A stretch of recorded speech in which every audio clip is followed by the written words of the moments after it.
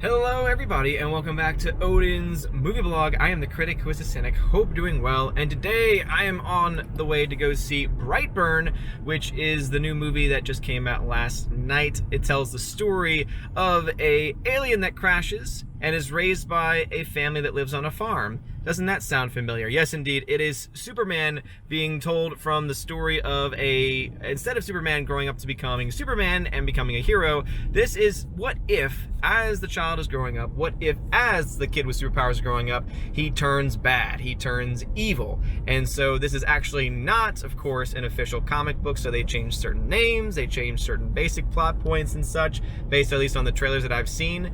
And it should be pretty interesting because it's getting some decent reviews from people that I trust, but also too, to have evil Superman could have a lot of fun moments within it. So I am actually currently on the way to Dollar Tree number 2. So if you were with me yesterday for my review of Aladdin, I went to the Dollar Tree that was near me to see if they had any of those dollar Blu-rays that they sometimes have. So now I'm off to another Dollar Tree that is closer to my local theater to see if they have any either, and of course to pick up my beloved snacks. That's right, my Junior Mints. So hopefully there's some things there. If not, then I will get back to you guys before the movie, and hopefully it is good. I shall see y'all in a bit.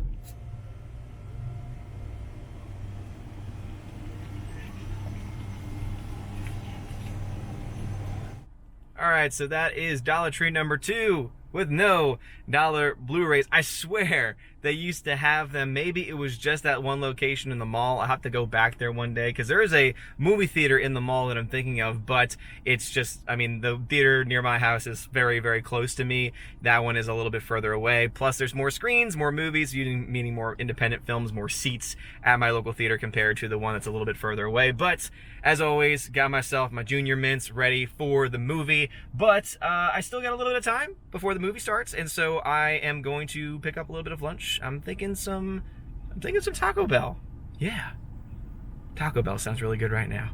All right, see y'all in a bit. There's nothing like beef and cheese, only tacos. All this lettuce nonsense. If I wanted to eat grass, I would be a cow, but I am not a cow. So I'm gonna go ahead and munch this up real quick before heading into the movie. And the more and more I get closer to showtime, I'm actually really excited for this. I don't know why. Maybe I shouldn't be. I hope it's not scary. One can hope. Still have no idea why this is being made. Yet another Disney cash grab when they had the perfect ending with Toy Story 3.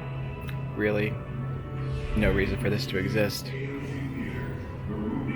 And, okay, sure. Why not? Oh, Lord. Alright, everybody, just got out of Brightburn, and man, oh man, that was intense. So, first thing y'all need to know before going in is that it is indeed a rated R film, and it earns its rated R rating, not just with, of course, language, but man's, obviously with the premise being, what if Superman happened in real life, and what if Superman turned out to be a bad guy? You know that some killing's gonna happen, and some of the deaths in this movie are pretty gruesome. And I will say this much. First off, the effects were fantastic. Not only were the practical effects that they used for the deaths pretty cool, but even the CGI that they had to use for certain moments of, for example, the flight, the eyes glowing, all the things that we've seen in the trailers and have kind of been revealed through the poster, all looked really good.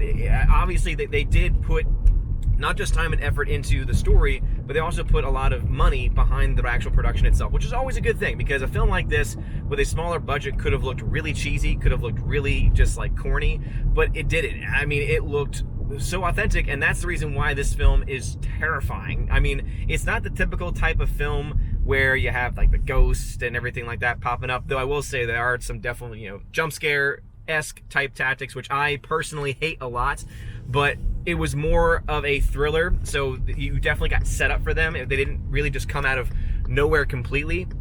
You knew that something was about to happen, you just didn't know exactly when it was going to happen. So it being more of a thriller type film is definitely something that I'm more akin to, something that I'm more drawn to. But if you don't like that type of film, even if, having any jump scares, even if it's a thriller and they set up for it, then you might want to avoid this type of film or any type of horror. But the premise is brilliant to me. And honestly, this is the kind of stuff I would love to see Hollywood do a lot more of, is take a concept And it doesn't even have to be a superhero film. This is not a superhero film. It's not even a supervillain film in reality, because it doesn't really dive into that. It delves into what if you have a 12-year-old boy who has powers, and what if instead of that boy, you know, going through puberty, trying to use those powers for good, what if instead the boy is able to give into a darker side? What if the person involved is able to just not listen to the parents, to not take the guidance of the parents and how they've been raised their entire life. And so it makes you ask those questions, and I think that those types of questions are really interesting nonetheless. Now, this is indeed a Gunn film, so not only did James Gunn produce it, but also the rest of the Gunn family were in the process of writing it too. The writing was pretty solid, I would say. The cinematography was pretty good. Direction was pretty solid. Acting was very good. Elizabeth Banks gives, I think, a very solid performance here, one of the best that she's ever given. There is a very special appearance by Michael Rooker. For those that are fans of Guardians of the Galaxy, you know who he is, and it's really cool to have him kind of connected because, of course, of that Gunn connection. But yeah, this film was.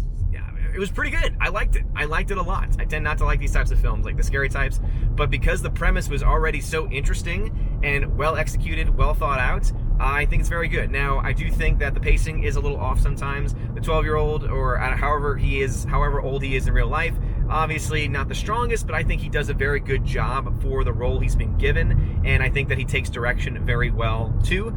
And yeah, overall, I would say it's a well-timed film. It's not too long. Some of the pacing at certain times, like certainly some of the editing and time jump in the very beginning from one point to the other, to me was a little off. I really do kind of wish they had kept it a secret what this film was, that it wasn't a superhero film or it wasn't a Superman film gone bad, because I think that would have made it a lot more interesting to have that reveal happen slowly over the film. But I will say, even knowing everything, knowing that that's the direction that they're going with, and knowing that obviously they had to change names, they had to change locations, is, I think, really cool. And also, I will say this much, similar to how Cloverfield set up a universe, I will say I think Brightburn could, theoretically, if they wanted to, continue on with the story and continue on with it with the elements and the people that they've established in this film, especially, of course, with the kid being an alien and the alien race, and it being not so much about trying to save the world, but rather trying to dominate the world, which is just, again, a very interesting way of having it happen. But anyway, have y'all seen Brightburn? What did you think about it? I thought it was very well executed. I think that the premise was interesting. I think that they were able to do a lot of really cool things with this story, and I really hope that we get more stories like this, where maybe they're inspired by a comic book, or maybe they're inspired by another account, but they take things in a much different direction. They take the time to be more original with the content, because we need more original content. We need more original movies out in Hollywood, and even if they're based on this material roughly, like very roughly, I think that it is overall well done. So yeah, great job to those involved with Brightburn. Fantastic film. But let me know your thoughts about it in the comments below. Also, please hit the like button, smash the like button, hit the subscribe button if you haven't done so already. As far as the grade goes, I would give this a B+. I would give this film a B+.